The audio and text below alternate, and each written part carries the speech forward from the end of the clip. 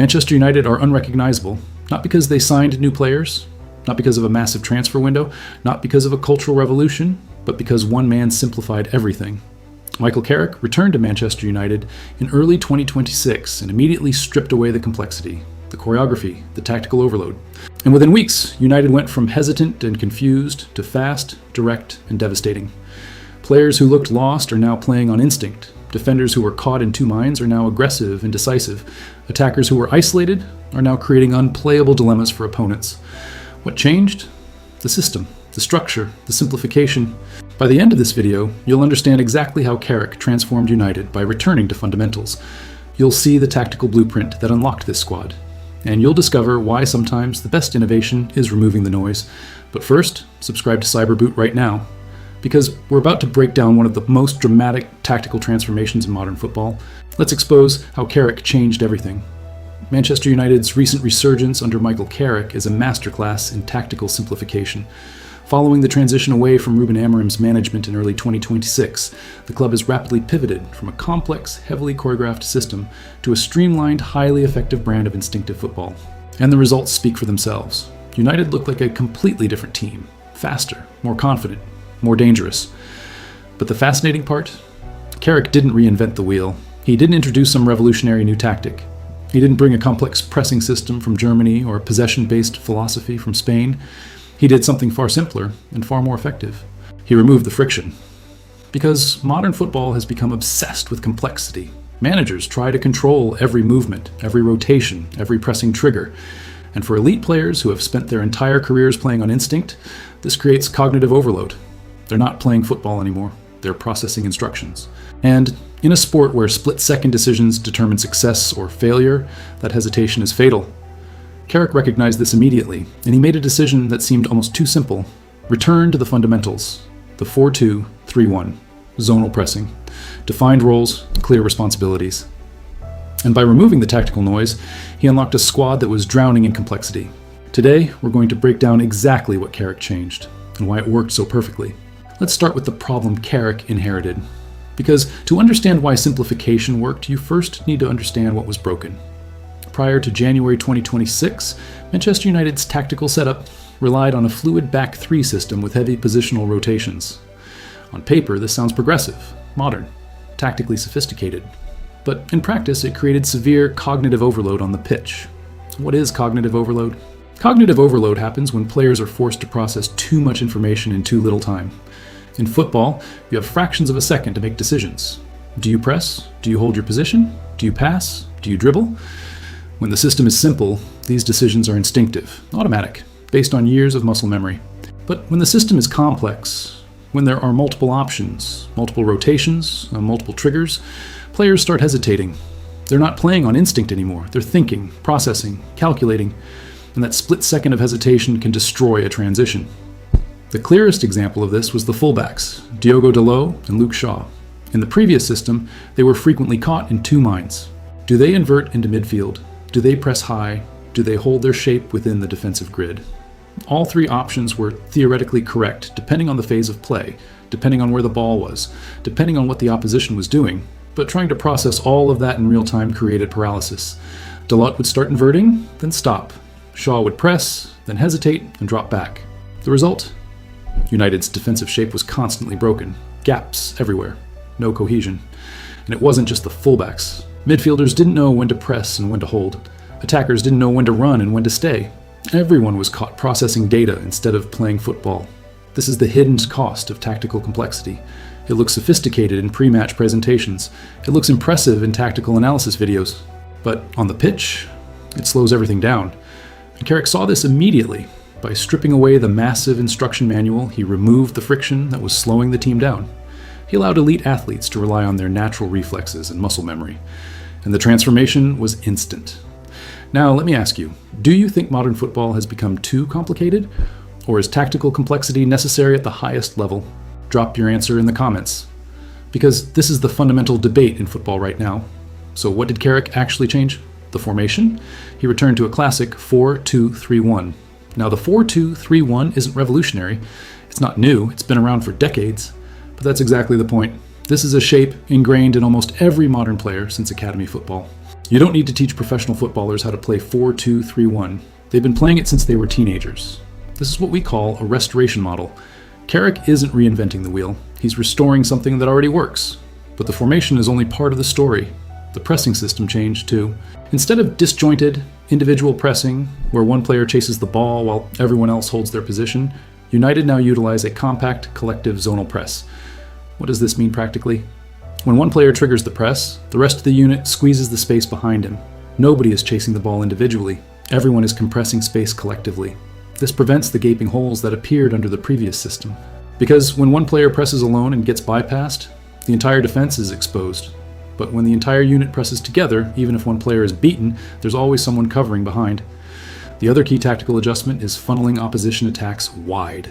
This compact structure completely cuts off the center of the pitch. Against high-energy teams like Tottenham, this forces the opposition to play out wide. And when the ball goes wide, several things happen. The opposition's most dangerous creators are isolated on the touchline. The incisive through balls that tear defensive lines apart become impossible. United's defensive shape remains compact and organized. This is intelligent defending. You're not trying to win the ball everywhere. You're controlling where the opposition can play. And by forcing them wide, you eliminate their most dangerous option, playing through the center. But formations and pressing systems don't win matches by themselves. Players do. And United's recent dominance is anchored entirely by the contrasting, yet complementary roles of the two holding midfielders. A 4-2-3-1 falls apart if the double pivot in midfield is overrun. But with Mainu and Casemiro, United have the perfect partnership. Mainu has taken absolute control of the tempo. His role is fascinating because it's not what most people expect from a young midfielder. He's not running everywhere, he's not chasing the ball, he's not trying to make spectacular tackles. Instead, he maintains strict positional discipline. He stays in his zone, he constantly scans the pitch, he recycles possession efficiently, and most importantly, he controls tempo. When United need to speed up, Mainu plays quick, vertical passes. When they need to slow down, he deliberately takes an extra touch, draws the opposition in, then breaks the line. This is tempo management at the highest level, and it's only possible because Mainu isn't abandoning his post to chase the ball. He's disciplined, he's intelligent, he's always available. On the other side of the double pivot is Casemiro, and the structural upgrade has completely revitalized him. In chaotic, end-to-end systems, Casemiro was forced into reactive, desperate foot races. He's 33 years old. He doesn't have the legs to sprint 40 yards back and forth anymore, but he doesn't need to. Because now, operating within defined defensive action zones, he sits deep, reads the game, and anticipates passes. He's not chasing the ball, he's intercepting it.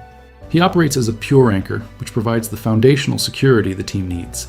And this is the genius of Carrick's system. He's not asking Casemiro to be something he's not. He's using Casemiro's strengths, his positioning, his reading of the game, his experience, and eliminating the weaknesses. Together, Mainu and Casemiro form the perfect partnership. Mainu controls tempo and progresses the ball. Casemiro shields the defense and wins the ball back. One is proactive, one is reactive, one moves, one sits. And because their roles are so clearly defined, there's no confusion, no hesitation, no overlap. This is the engine room that powers everything else. But here's the twist that makes this tactical system truly devastating. All of this defensive solidity, all of this midfield control, isn't just about preventing goals, it's about creating the platform for the attack to destroy opponents. Because when the defensive door is firmly shut and the midfield is winning second balls, something magical happens. The attacking quartet is given complete tactical freedom. They don't have to worry about defensive tracking. They don't have to cover for overlapping fullbacks. They don't have to sprint back 60 yards when possession is lost. They can focus entirely on attacking. And that changes everything. Let's talk about how Carrick has unlocked United's attack. Because this is where the system becomes genuinely brilliant. Bruno Fernandes, as a pure number 10, start with Bruno Fernandes. When played deeper as a number 8, Bruno's defensive vulnerabilities are exposed. He's not a defensive midfielder. He's never been a defensive midfielder. And when he's asked to cover for overlapping fullbacks, to track runners, to defend deep, his attacking threat is blunted by the distance he has to cover. But placed firmly as a number 10 in Carrick's system, everything changes. He's relieved of defensive responsibilities. He stays high. He stays dangerous. He focuses entirely on finding the final kill pass. And this version of Bruno is terrifying for opponents, creating the unplayable dilemma. But Bruno doesn't operate alone. The movement around him is highly deliberate. Bryan Mbeumo provides relentless vertical pace, constantly threatening to run behind the defense. This forces the opposition's backline to drop deeper. Simultaneously, Ahmad and Mateus Cunha hold their width to stretch the pitch horizontally. Now look at what this creates.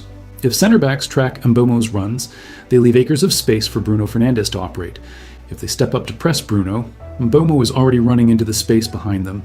This is an unplayable dilemma. There is no correct defensive answer. Either you give Bruno time and space, or you give Mbomo space to run into.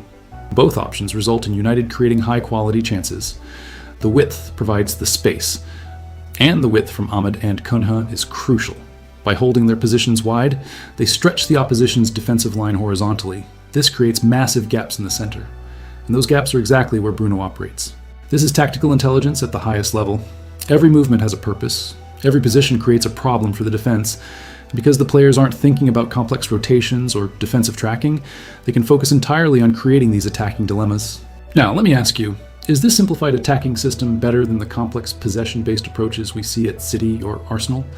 Comment below. I want to hear your tactical analysis. But tactics alone don't explain the transformation, because there's a psychological element that's equally important. By removing the tactical noise, Carrick has fostered a highly motivated, unified squad that plays fast, direct, and devastating football. When players know exactly what their role is, they play with confidence. There's no hesitation, no second guessing, no confusion. Dalot knows when to push forward and when to hold. Casemiro knows his zone and stays disciplined. Bruno knows he's free to create without worrying about defensive tracking. This clarity breeds confidence, and confident players perform better. They take more risks, they execute under pressure.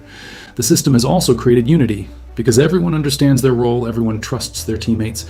Mainu trusts Casemiro to cover defensively. Bruno trusts the midfield to win the ball back. The attackers trust the defense to prevent counterattacks. This trust creates unity, and unity creates resilience. United don't collapse when they concede anymore. They don't panic when under pressure, because they trust the system, and they trust each other. So here's the truth about Manchester United's transformation. Carrick didn't reinvent football, he simplified it. He removed the cognitive overload, he restored the 4-2-3-1, he defined clear roles for Mainu and Casemiro. He liberated the attack by securing the defense. And by stripping away the complexity, he unlocked a squad that was drowning in tactical instructions. Manchester United are unrecognizable, but not because everything changed, because everything unnecessary was removed. Now I want to hear from you. Do you think simplicity is the future of football? Or do you believe tactical complexity is necessary at the highest level? And here's the bigger question. Can this simplified system actually win the Premier League? Or will it be exploited by elite managers like Guardiola and Arteta? Drop your tactical analysis in the comments right now. Let's debate this properly. If this breakdown changed how you see United's transformation, subscribe to Cyberboot immediately and turn on notifications. Hit that like button if you finally understand why removing complexity can be more effective than adding it. Share this with anyone who thinks modern football is too complicated.